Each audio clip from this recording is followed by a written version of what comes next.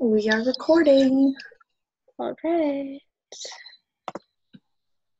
So it's a bit of a shorter discussion today. Yep, only half an hour. Okay, so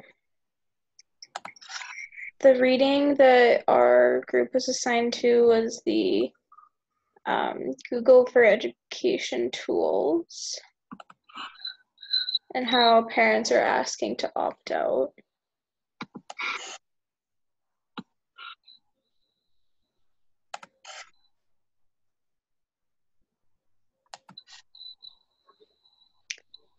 And so the first question is, what is the key issue addressed in the readings?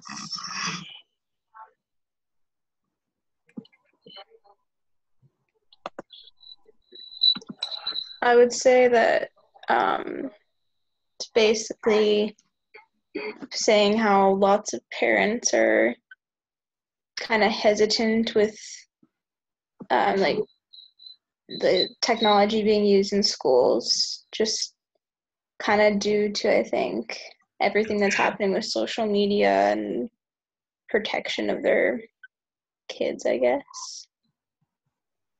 I think another concern is kind of how if you don't sign up to do the online stuff, then there's no really substitute for it for people who don't want to do it, and so they're kind of left out on what's available for the other kids. Yeah, there's like no backup plan. Mm-hmm. Like they're kind of just making. What was that? Like I just pulled it up and it says, one of it says you either sign up or you're left out. Yeah. Yeah, they're kind of making it, like I think some places are almost just getting too into the technology thing. Like it's kind of, like there's no balance. It's just sort of one or the other. Mm-hmm. They're not really using it to enhance the classroom. They're using it to substituting for other stuff and relying too much on it. Yeah.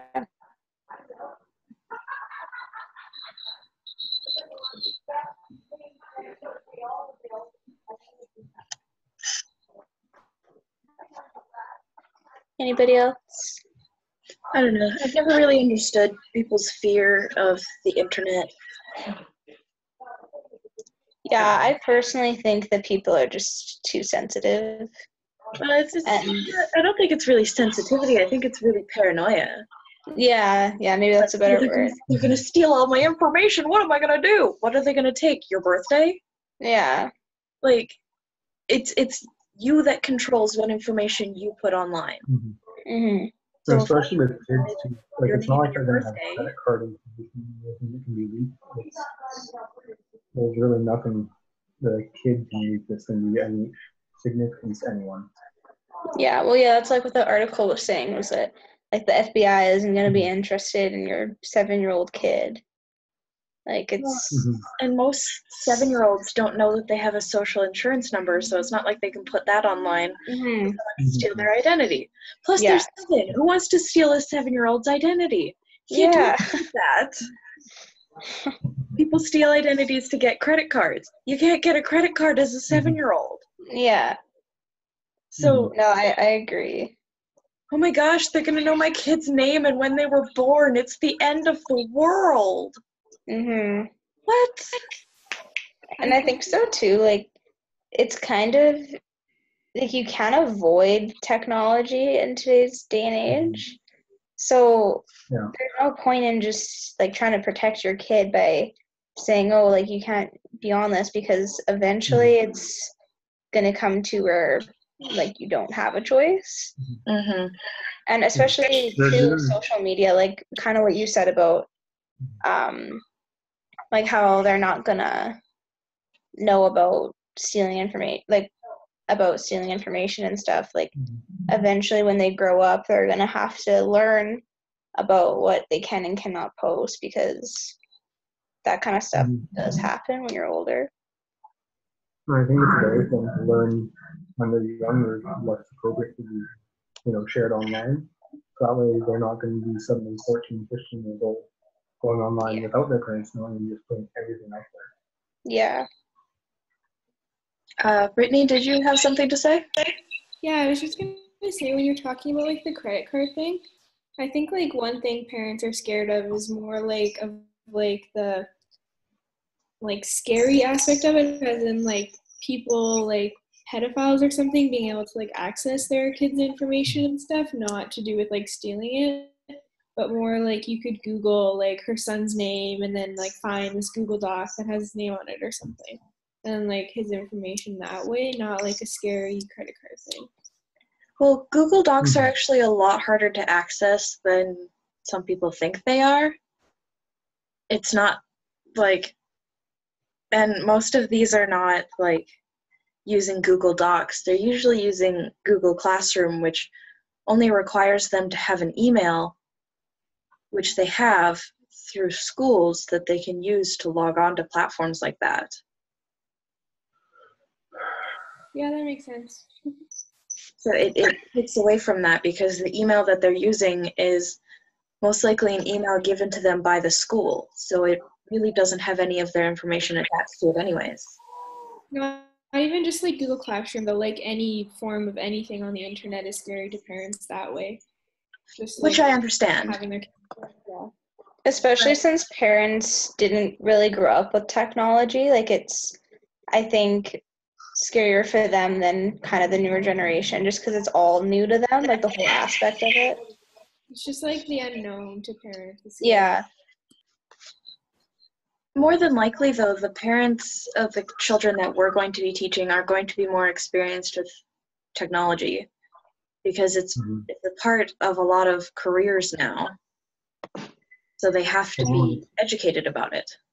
A lot of the parents are going to be like people our age or only 5 or 10 years older. So they pretty much grew up in this time too. They'll understand everything about this.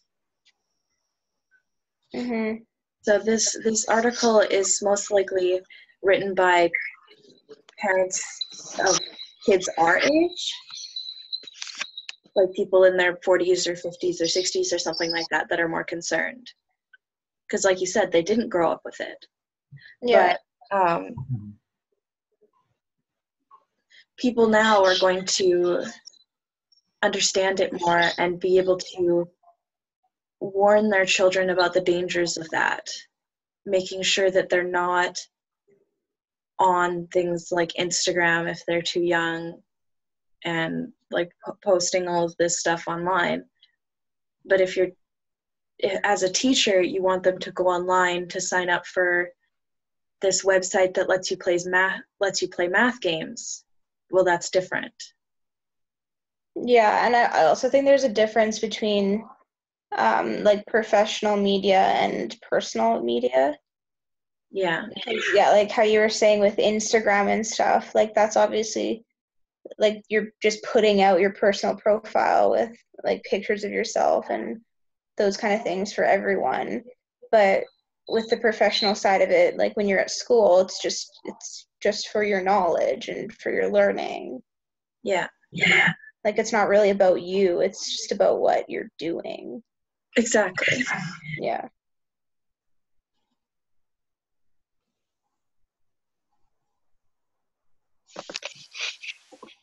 Do we want to go to the next question?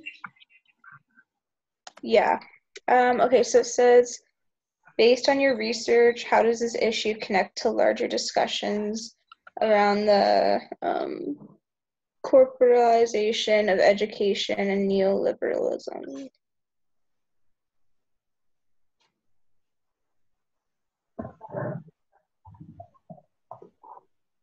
I think we kind of touched on it kind of connecting to education.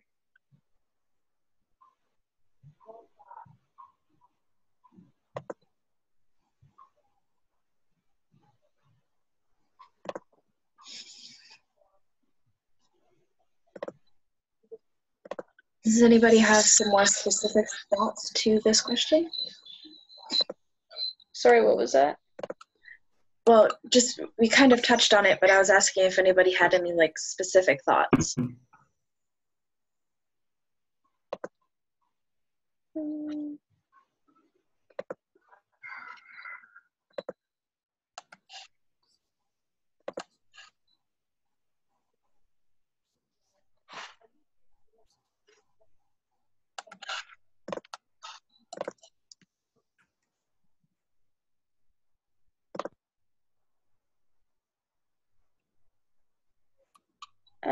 So it's kind of talking about like the neoliberalism that's about like capitalism, kind of, right?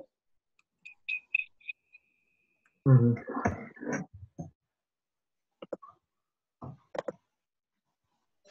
The definition on Google says a modified form of liberalism tending to favor free market capitalism. Whatever that means. Yeah, I don't really know.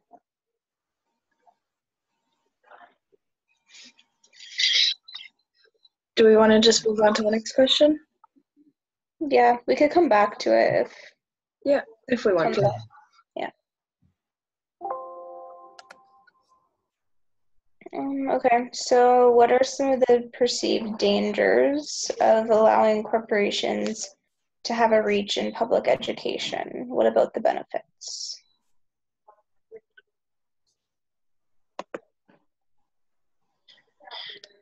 Well, there's things out there that can be very helpful, like remind.com. Yeah. I have professors that use that to keep us in line, really, with making sure that we're doing our assignments. And if they send out an email, a lot of kids don't actually check their email very often, so they just say like, hey, check your email, I sent out something very important. Yeah. And while that's a corporation, it's also, because it's so widely known, it's been able to do a lot of trial and error and figure out how to get a perfect system to help teachers and coaches and stuff like that connect with their students. Mm-hmm. I definitely think it's good because, yeah, like how you said, it's a good tool to use to make communication easier. I think with the dangers, I don't really know. I mean, I guess if you come back to putting your information out there. Yeah, I could. I think it's all kind of connected in a way. I mean, this whole thing with the Google Classroom, whatever, if a whole bunch of people are on it and somehow it gets, I don't know, hacked, then that's a lot of people's information out to one person. That's true. If it's all in the same place, but at the same time, like we said, what are they really going to do with 70-year-olds information or teachers' plans for what to do for class? Yeah, I think definitely, like for those corporations that are able to have contracts with schools, like that's a huge benefit for them because of all the people they get using it because of it, because like how in the article it's kind of not an option, like it's kind of forcing students to use it. And so I think that's really good for the corporations. But yeah, I don't know as much of the dangers. But that was a good point, Erin.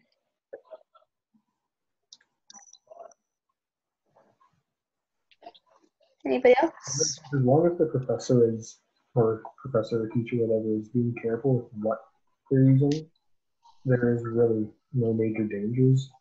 As long as they know what they're doing and what they're using, I see a lot more benefits than anything else. Yeah.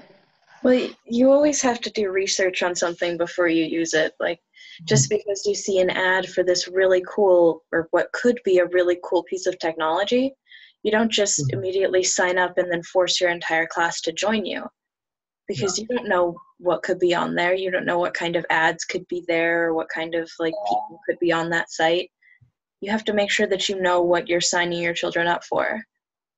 Because if you had children and you wouldn't, if you go on that site and you think, wow, I wouldn't want my kid on here, then you probably shouldn't put a classroom full of them on the site.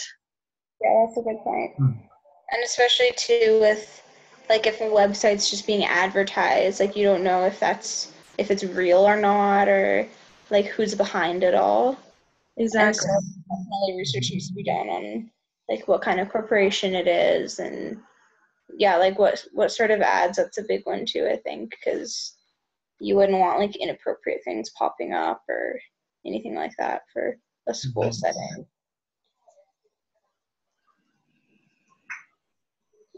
basically saying, like, don't trust the media, don't trust ads, do your research before you commit your entire class to something. Because if you get burned by a site, then your entire class is going to as well. And then you're going to have a lot of angry parents that are calling and saying, why was there an ad with naked women on my child's phone? Like, I don't understand it. Not going to end well for you. No, I don't think so.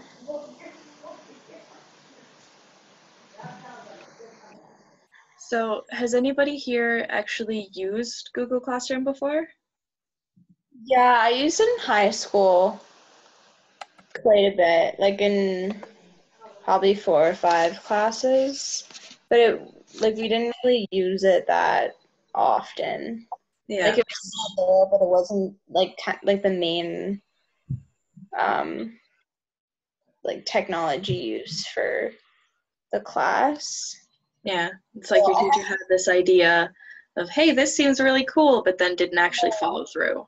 Yeah, basically. There was, when I was in grade 10, I was in a business class, and we used it pretty frequently with that.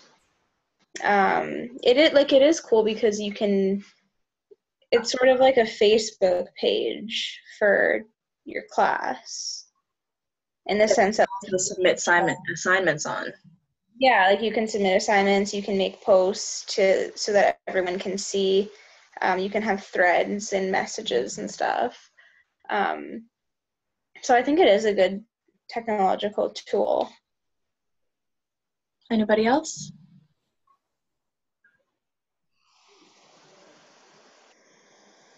Like a side note, I volunteer at a high school, and like both, you know how teachers, like, we go back like a week before the kids do.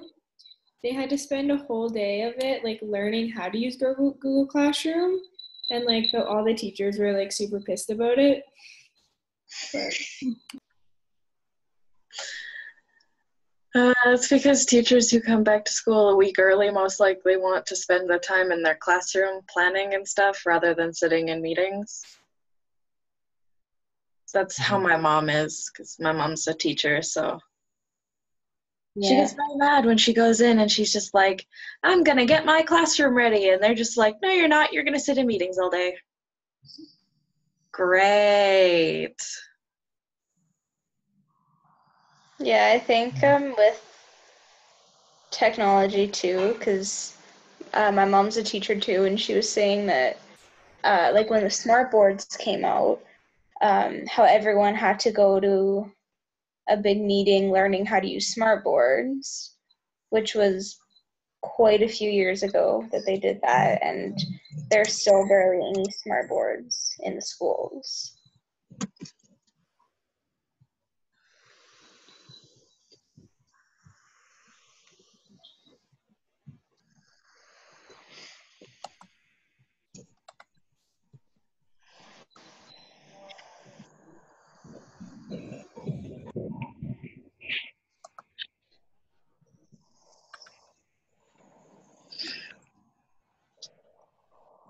Did anybody use anything else? Like at the U of R, we use Moodle, or it's your courses, but the larger corporation is called Moodle.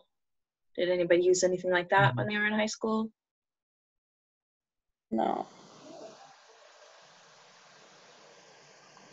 Very lucky. I took an online math class through Moodle, and that was not worth it. What is it?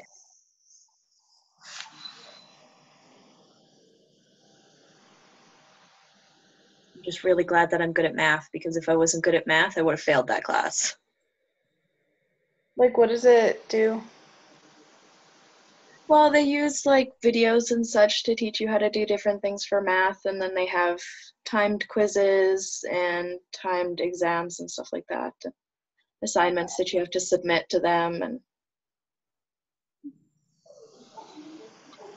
it's basically like the class that we're taking right now, but more like less discussion based and more like, here's what you have to know, I'm going to show you a video on it, and then you have to figure it out from there.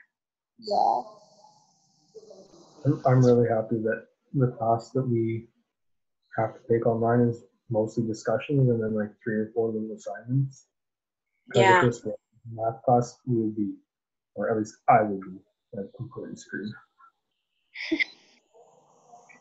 Because they had an assignment every week, a quiz every 2 weeks, and then an exam every like month or so.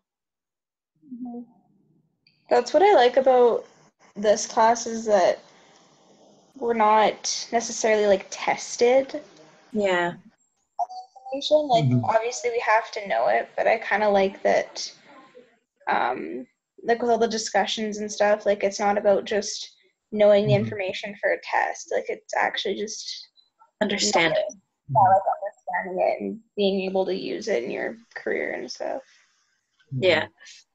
And sharing ideas and hearing other people's kind of perspective on all of it too.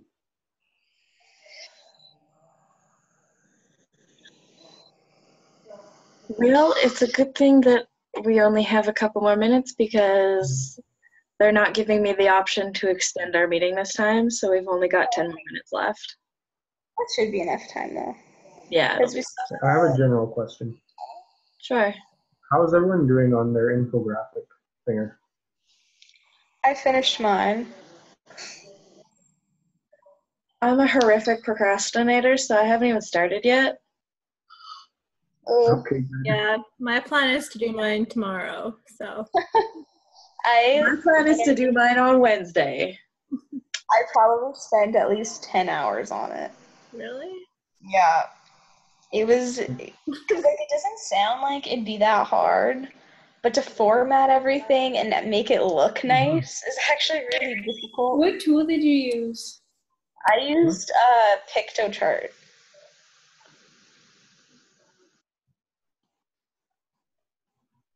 I've kind of sort of started mine on Disney. Like I've started laying out like what I want to research, but that's a lot. And she wants like 6 or more like sources. Yeah, I know. That doesn't sound like a lot, but when you're only laying like 6 or 8 pieces of information, that's a lot of sources. Yeah. Information. It's hard because like you could have like 4 different pieces of information about like one idea, but that only counts as one piece of information. Yeah. But yeah, I haven't actually submitted mine yet, but it's finished. So how do you submit it? There's it's like a little link on under Victoria. Never mind. Yeah, yeah. never mind. I think do you just submit like a link of it? Like, is that how she can see them, or do you actually share? It depends what kind of assignment box it is, if she's switched it yet. I'm gonna look and see. And we're not doing like a full group meeting this Wednesday. We're doing us and then groups B and E, right? Yeah. So with that, so we have to initiate it, right? Yeah. So, Kagan, since you have like the account, do you want? Is it okay if you message the other people maybe, because we don't have to figure out a time, right? Like we just meet at 7. Well, we as group A meet at 7, and then at 7:45 we meet with the other groups. Oh, right. Yeah. Okay. So I'll just probably send them an email over your courses and just be like, I will email you the code for our group meeting when it comes to. Yeah, and then they can just look at that to be able to come on. Yeah. Yeah. Are you just going to send a mass email to the whole group and just? Pardon? Are you just going to send like a mass email on your courses to everyone and just say, hey, groups, what was it, B and E or whatever? I'll just send it to them. Okay, so you'll find every single specific person and email them all individually? No, I'll send like a mass email, but to all of them. Okay. Yeah. So are we meeting with everybody or just one other group? Two other groups. Two other groups. C and E, I believe. Yeah, C and E. And this is on Wednesday? Yeah, same time as our normal class. So we start at 7 with us, and we can do half an hour to 45 minutes as just this group, the 6 of us. And then we can, I feel like if we do the half an hour, and then we have a 15-minute break, and we can come back with the rest of the groups. Yeah. That works for everybody else? How long do we meet with them for? Does it say? I think it's half an hour to 45 minutes again. It says, please log on to appropriate discussion. Meeting should be no longer than 45 to 60 minutes. Okay, so 45 minutes. Yeah. That's for like the whole thing though, isn't it?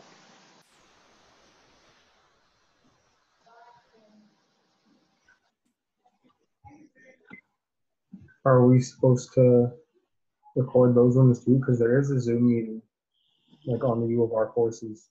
Yeah, no, I think we are. Yeah, we're supposed to record both of them. Okay.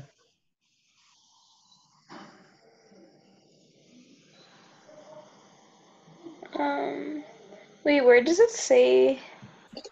It says that our small group meeting has to be. No, it doesn't even say that. No, I think that's the week after. I think this week it's. I think this says in lieu of a whole group discussion this week, we will have a jigsaw meeting during class.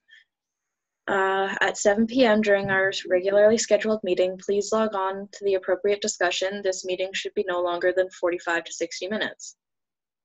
Oh, so I think this week, I don't think we meet by ourselves first. Yeah, but there's, like, it says A and D, but there's no more D anymore. Yeah, you have to look. I think it says on.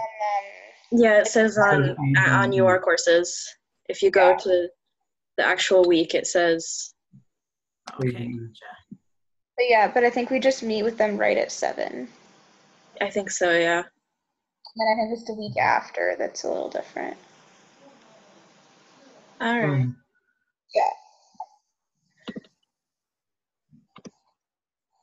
Yeah. All right.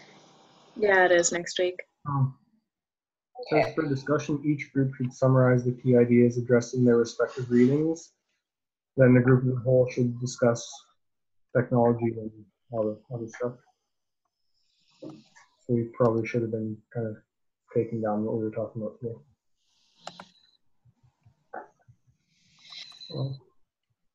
Well, I'm sure we'll be able to just kind of re-summarize. Yeah. We'll probably still have a good idea of what we talked about by Wednesday. Yeah, because it'll still be fairly fresh. It's only like 2 nights away, so should be okay. Okay. All right, so we've only got 2 minutes left. Is there anyone that has any pressing questions about assignments or what we have to do for Wednesday? I don't think so. No, we're all good. All right, I'm gonna close the meeting, or at least stop the recording. All right. See you guys.